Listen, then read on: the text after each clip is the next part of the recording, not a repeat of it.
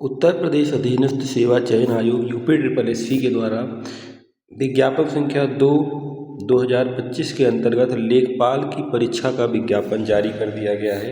उत्तर प्रदेश में लेखपाल की भर्ती का इंतजार करने वाले लोगों के लिए बहुत बड़ी खबर है कि उत्तर प्रदेश में लेखपाल की भर्ती की सूचना जारी कर दी गई है, जिसका विज्ञापन प्रकाशन होगा 16 दिसंबर 2025 मतलब हो चुका है। ऑनलाइन आवेदन या शुल्क जमा प्रारंभ करने की तिथि 29 दिसंबर से है, मतलब 29 तारीख से आप फॉर्म को अप्लाई कर सकते हैं। आवेदन शुल्क जमा करने की तथा आवेदन सबमिट करने की जो अंतिम तिथि है वो 28 जनवरी 2026 रखी गई है तथा अगर आपको कुछ भी संशोधन करना है तो उसकी डेट 4 फरवरी 2026 रखी गई है। ठीक है, तो ये एक विज्ञापन जो जारी किया गया है, फॉर्म भरने की डेट 29 दिसंबर 2025 से स्टार्ट हो जाएगी। तो ऐसे जितने भी अभ्यर्थी हैं उनको इस फॉर्म को अगर भरना है तो 29 तारीख से अप्लाई कर सकते हैं। टोटल वैकेंसी कितनी आई है ये लिखा हुआ है कि 7,994 पदों पर ये भर्ती जारी की गई है। ठीक है, तो इसका आपको याद रखना है। आप 7,994 पोस्ट पे ये रिक्रूटमेंट आई है लेखपाल के उत्तर प्रदेश में।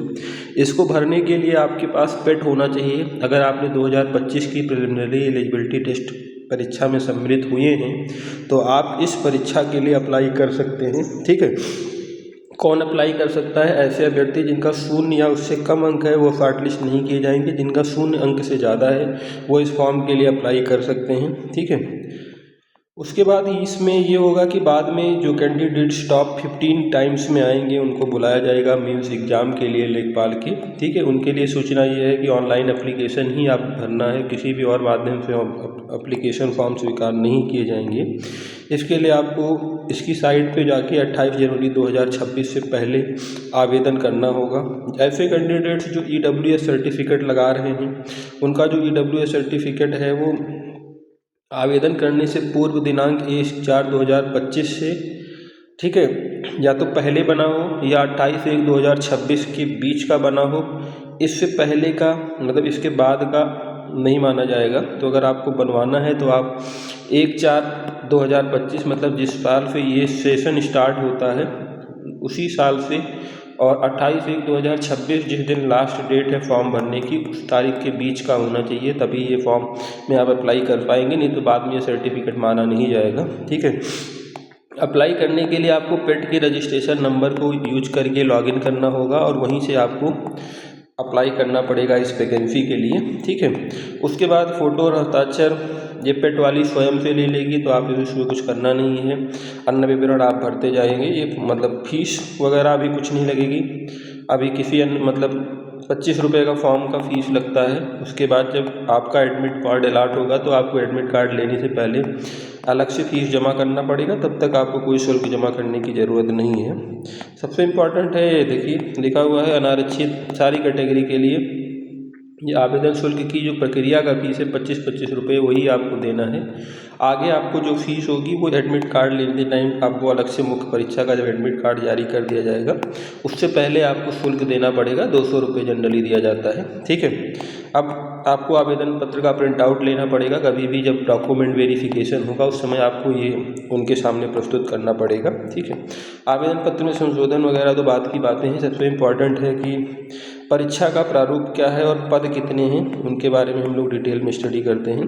देखो, पद का नाम है राजस्व परिषद उत्तर प्रदेश के विभाग की ये लेखपाल की वैकेंसी है, जिसका जो लेवल पे है वो 3 है। वेतनमान 21,700 रुपये से 69,100 रुपये के बीच में है, जिसमें अनारक्षित 4,165 पोस्ट हैं। अनुसूचित जाति की 1446 वैकेंसी है। 150 वैकेंसी ST कैटेगरी की है। 1441 वैकेंसी OBC कैटेगरी की है। 792 आर्थिक रूप से जो कमज़ोर हैं उनके लिए है। टोटल 7,994 वैकेंसी आई हैं ये लेखपाल के लिए। ठीक है, इसमें रिजर्वेशन के बाद और अदर पोस्ट पे भी रिजर्वेशन है, फिजिकली हैंडीकैप और इन सब चीज़ों के लिए, उनको भी आप ध्यान से पढ़ सकते हैं। उसके अलावा उत्तर प्रदेश की महिला अभ्यर्थियों के लिए पिता पक्ष से निर्गत जात प्रमाण पत्र ही मान्य होगा, ये भी ध्यान देना है। जो उन लोगों की शादी हो गई उनको भी ये ध्यान देना है कि उनका निवास प्रमाण पत्र जो उनके पिता के पक्ष से है उसी तरीके से जारी किया जाएगा, वही माना जाएगा। अनिवार्य अर्हता जो है शैक्षिक में वो आपसे इंटरमीडिएट की परीक्षा मानी गई है या उसके समकक्ष मान लीजिए आपके पास कोई डिप्लोमा वगैरह हो। ठीक है, पॉलिटेक्निक या बी फार्मा वगैरह, तो वो भी माना जाएगा। अधिमानी अहर्ता में इसके अलावा आपको इंटरमीडिएट की परीक्षा के अलावा आपको, अगर आपने न्यूनतम 2 वर्ष की अवधि तक सेवा की हो या आपके पास एमसीसी का बी सर्टिफिकेट हो, उसमें भी आपको कुछ अंक एक्स्ट्रा दिए जाएंगे सिलेक्शन प्रोसीजर में। आयु के लिए 18 से 40 वर्ष की आयु रखी गई है, तो ये भी ध्यान देना है। चयन का आधार जो होगा वो लिखित परीक्षा, जो प्रारंभिक परीक्षा के बाद जो सेकंड पेपर हम लोगों का होगा, उस पेपर के अंतर्गत आपको रिटन पेपर के अनुसार ही लोगों को डॉक्यूमेंट वेरिफिकेशन के लिए बुलाया जाएगा। तो परीक्षा का प्रारूप जो है वो 100 अंक का पेपर है, 2 घंटे में होगा, 120 मिनट में।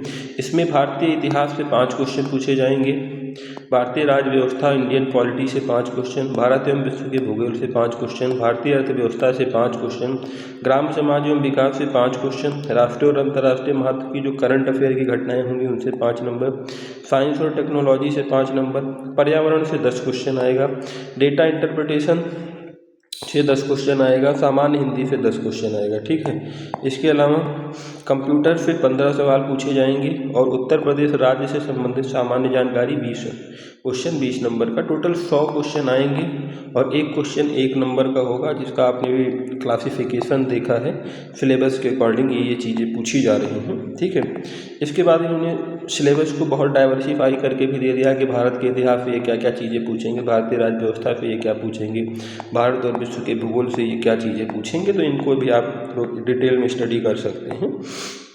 इसके बाद आपको ये ध्यान देना है कि ये जो 100 नंबर की परीक्षा होगी, इसी परीक्षा के बेसिस पे आपको रिटन टेस्ट के बाद डॉक्यूमेंट वेरिफिकेशन के लिए बुलाया जाएगा।